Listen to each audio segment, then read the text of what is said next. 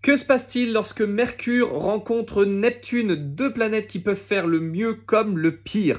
Si Mercure avec Uranus aimait par exemple déclarer des grandes vérités et exclamer en grand ce qu'il avait en tête, là au contraire, Mercure-Neptune, c'est plutôt celui qui noie le poisson. Mercure, planète de la communication, Neptune, planète des eaux ou du brouillard, ne dit pas les choses franchement. Il parle en métaphore, il parle en images, il parle en faisant des circonvolutions. Mercure-Neptune, c'est essayer de cacher les choses ou d'arrondir les angles. On fait preuve de diplomatie, mais à la fin, on peut devenir un peu mou et puis se retrouver à dire le contraire de ce qu'on voulait dire à la base. Donc, il faut faire très attention.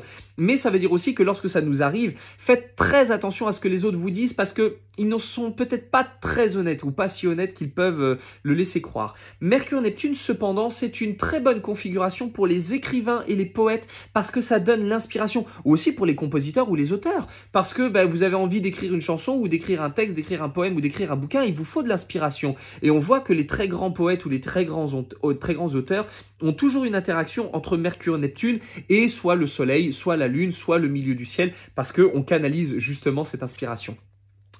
Attention également, Mercure-Neptune, ça peut nous donner des troubles du langage ou des troubles du mouvement. Par exemple, les personnes qui sont maladroites, qui laissent tout échapper ou qui parlent en bégayant, on va retrouver ça justement dans leur thème.